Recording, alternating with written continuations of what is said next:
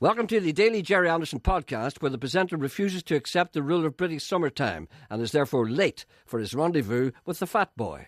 There is no other station in the whole of the UK Yes. where the presenter at 9 o'clock would arrive at 9:30 one morning Yeah. and arrive on the front page of the paper. Uh-huh. And then the next presenter just waltzes in at 10:32. Are you in the paper today? No, I'm not. I didn't think you were because I always see you. But see, we are very relaxed here. Yes. Sometimes a gentleman who worked for the BBC one time phoned me and he said, "Hello, Mr. Anderson." I said, "Yes." He said, "Could I have a word with you?" And I said, "Certainly." He said, "Don't you think the next time you start your programme, it would be a good idea if you were there?" I took that as a subtle hint. No, I'm on the way downstairs. I'm not late. I'm only like 30 seconds. What about all the days you go over 3 minutes? What about all that? I have to sit and listen to all that. Once started, the presenter reverts to type. The age-old conflict over the opening record soon takes hold. Mr. Coyle refuses to accept that Dave, Dee, Dozy, Beak, Mick and Titch are no longer cutting edge. That'll bring people down from all that hysteria and crying and whinging. No, the hysteria and crying and whinging and you never thought false about sentiment that you get between 9 and 10:30. Suddenly people say, "I can't take any more of that." And then they hear that and that brings them right down. I'm sure all over the country people are relaxed. No. Ordinary people, not like you. No, when people want to forget about something, They want to hear relax. Sweet Caroline. Yeah, they want something that they want to something, yes, that they can tap the steering wheel to or tap their foot to. In the summertime, they want to hear something with a beat. Yes. Listen, God's in his heaven, Elizabeth's on the throne, and George Jones is back on the radio every day. What more could a man want? Well, that's good. That's good. A lady writes to me and she says, "You're showing your music." I don't like the three men in Belfast. I thought I would share that with you. statues. Yes, I don't like their them. hats. Well, maybe perhaps you haven't seen this. 3 sculptures, 3 shipyard workers, and their hats are too big. No, well, their faces are too Do you know what they look modern, like? too young. No, they look like. No, they're okay, but No, the faces are too young. You want to face a craggy jaw. One of the things I think about them, and let's be careful here. I want to talk about the Titanic later. Let's be careful here because Why be careful? Because it's a wonderful thing what's happening. I'm not saying it's not. I know, but you're complaining and I'm just saying that bitching the faces and the statues are wrong. No, do you know what they look like? The 3 statues of 3 shipyard workers. Now, one of the things. Now, I have to say, you do have a point. One of the points is that their hats are too big. Right. A man going to work in the shipyard, going to work in Titanic, if he looked and the guy beside him was wearing one of those hats, he'd say, "Just buzz, your hat's well big." That's what he would say. And also, they're very thin, those guys. And you know what they look? They're too thin because everybody was thin then, but not as thin as that. People weren't fat, but neither were they thin. They were kind of slightly stocky. They're too thin for them. They're like 3 boys from a boy band. Yeah, do you know what they look like? There's a certain point in every boy band's number. You take, for instance, West Side or Boyzone do it, and they start off doing a ballad, and they're all sitting on stools. Aren't they sitting on stools? Who?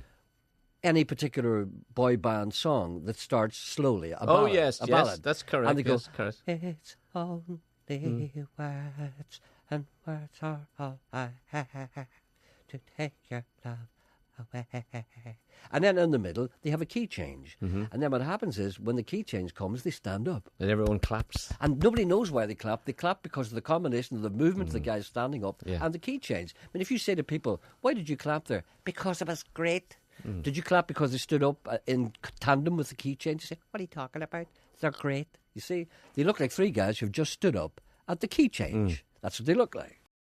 There's been much talk in Derry, Stoke, Londonderry about changing the name of the airport to honour Amelia Earhart, the aviatrix who crossed the Atlantic Ocean 80 years ago this May. There are many examples of a change of airport name leading to success. Sure, isn't JFK crowded every single day with people wanting to go places? They're spending millions trying to find her plane.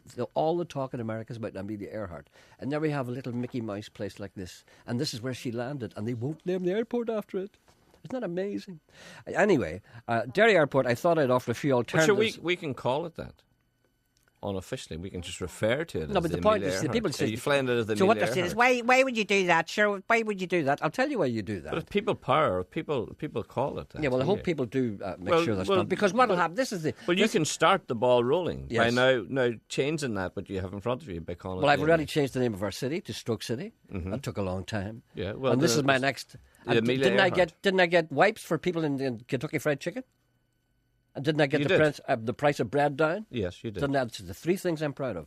See, when I die, on my tombstone will be, I've got a cousin called Kevin.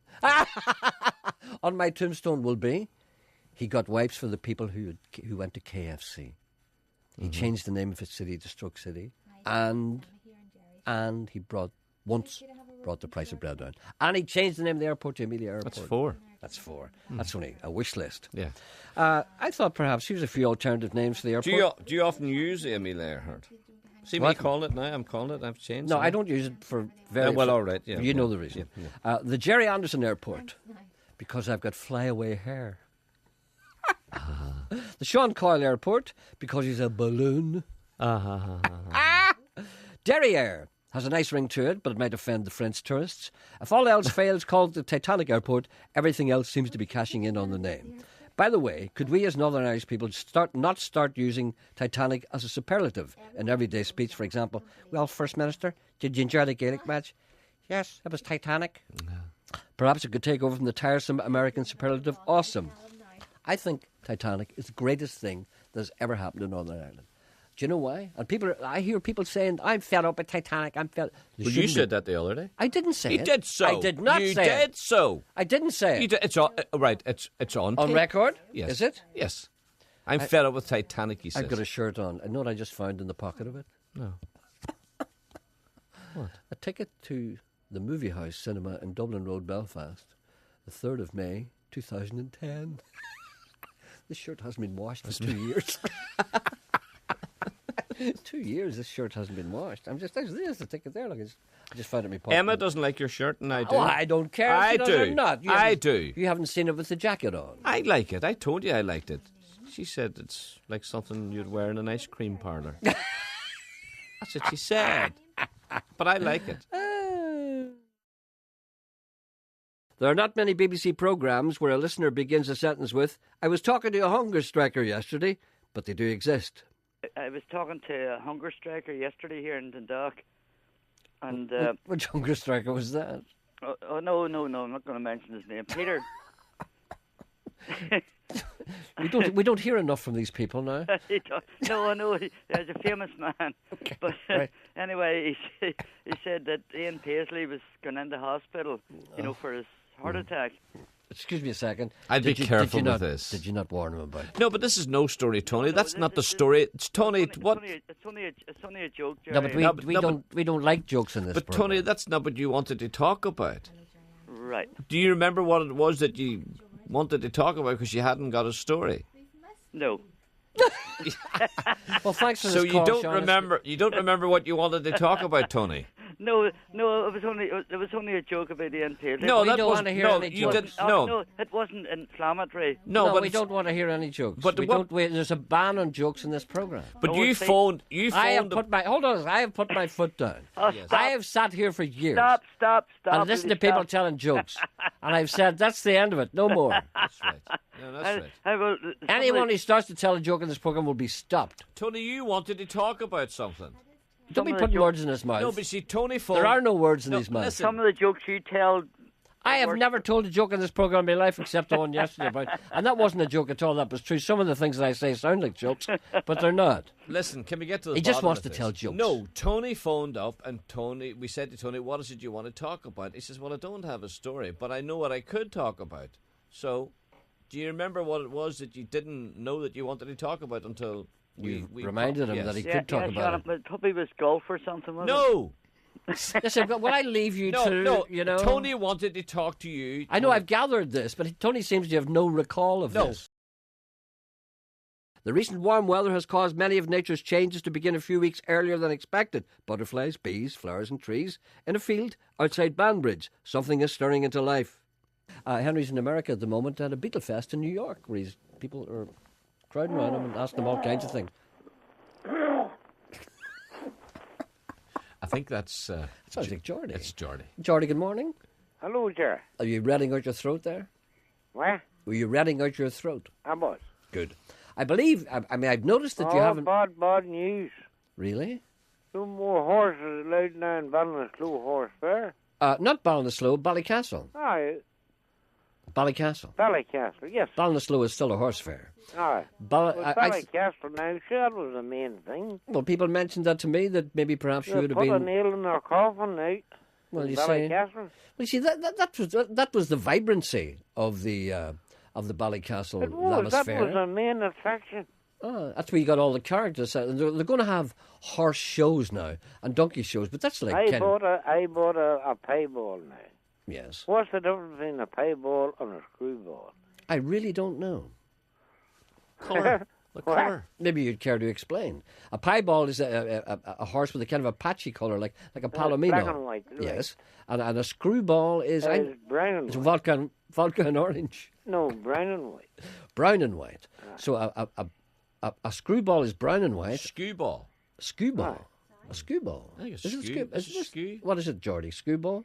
A screwball. Screwball. Screwball. I always thought it was a skewball. It's brown and white. It's not snooker, you know. Skewball. I always thought I it was bought a skewball. pay ball away up to the top of the hill.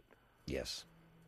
And Do I you walked remember down. the time we were there and Eh? I brought you to the credit union? You did. Remember? Got you a sandwich. What a wonderful day that was. That You was a joined us. good And day. do you remember that day? We were all There's nearly... near times there you were out in the road again. No, Hugo does all that now. Why, what? I know you're on the bus pass, but that doesn't say you can't get out. No, you see, what happens is Hugo is very good at that kind of thing, and he brings all the people around him, and he gets people up to sing the Galway Wallop and stuff like that, and people respond to that because that's the type of people we are. But I don't know. I think you're definitely good. You're always good. You've that old charisma about you. I know I have that, yes, but, I don't know. Hugo's taken over. It's his thing now, and they keep me in the studio, and I don't mind that because I never really enjoyed going out all that much because I'm a very reserved and quiet person. No, you are. You hide behind a paper. Indeed, I do. I'm not a show business person. No, you hide behind your paper. Hugo loves it. If people don't see him, he frets. I Nah, don't care if but nobody ever sees. I just want the money. One thing about you have brains. Indeed, I like to think that. And Geordie, you're upset at the moment because of that, and also it's been a very busy time for you. As a matter of fact, so busy. It was a main attraction. Well, yeah, but the objection Well, was... they put a nail in the coffin, and that's it. That's only the start of it. Well, the objection was, and the main reason for this is that they said that some of the horses were not in the best of condition, and indeed were maybe perhaps mistreated. And I know that you have a great love of animals, and that you wouldn't countenance that sort of thing. Oh, no, I feed my animals before I feed myself. I know that. But have you... I mean, you've obviously been aware of maybe some horses not being the best in nick. Oh, yes, that is quite right. Well, yes. you see, that's why they say they're closing it down. Do you think that's valid? Do you think that's a good idea, or do you think it's... Yeah. Or is it like giving up smoking in pubs? That's right.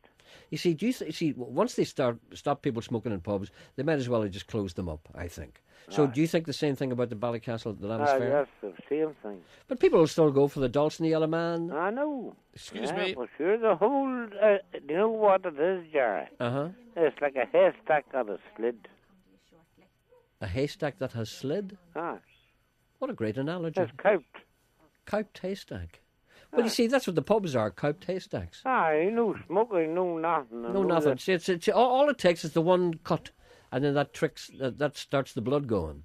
The one little nick, the blood starts to flow, and then suddenly... I don't know. Suddenly there's no blood left. I don't know what sort of state the old country's in. There's someone saying yo-ho. People are ringing, Right, asking... hold on, I have to go. No, Geordie, people are ringing, asking you what's the Well, forecast. wait a minute, wait 2 minutes. All right, but wait 2 Oh, a minutes. minute. We'll wait 2 minutes. Geordie's got something to do. There might be somebody at the door. May have to go to the He bathroom. may be caught short. You Yeah, don't okay, know. so we'll just wait and see what's We have going to on. make allowances for this. Yeah. He's not usually as brusque as Oh, that. there's the door opening. He said he had to go. It's obviously a visitor. Yeah. I hear the bird. Can you- It's a woman, isn't it? Is it? Yeah. I hear. It's either that or a hyena. A request has flooded in for the presenter to once again channel the spirit of Mike Yarwood. A television series is surely on the horizon if the BBC has money left after paying Nolan. The gentleman writes to me, I was very impressed by your Eamon Malley interview the other day with who did we interview? Who was it? He said somebody. Who was it? McCann. Eamon McCann. He said you should make this a regular feature of the Eamon Malley interview. So I thought that's a good idea. Why don't we interview... Not now. Go on. Who? Why not? Who? No. Gregory Campbell. No, it's too hard. Gregory! No, stop it now. No, I don't know what you're going to ask me. This is unfair. This Gregory! No, this is totally unfair. There's a Gregory, man- I want to talk to you about your recent preoccupation with what the contents of Stephen Nolan's wallet. Now, you seem to be overly concerned sticking your nails into the wallet of Stephen Nolan. What is your aim here? What's your aim? You've got me the day. You've really got me the day. Now stop it. You have to be able to respond to this No, kind of thing. you cannot. You cannot just. What is throw- your interest I'm- in Stephen Douglas Dorst? Because can I give you a personal opinion? My Yeah, go personal on, you opinion do. is this. This is my personal opinion. My personal opinion is the fat boy is entitled to get as much money out of the BBC as he possibly can. If I was in such a position, I'd do exactly the same. So I'm just wondering, is it jealousy in your part? Or why are you sticking your nails into his wallet? That's all I want to ask you. It's a simple question. I don't want yes or no. Yes or no? No, I can't do it. You're no good. I can't do it. I'm doing everything. I know, but you, You're no good. there's a man on one. That's no good. He probably wants to talk about the Ford Anglia or something. Ian, no, I'm not Ian's- talking to nobody. Ian's there. I'm surrounded by people who are no fun. Emma's pregnant too. It's not my fault. Thank you for listening.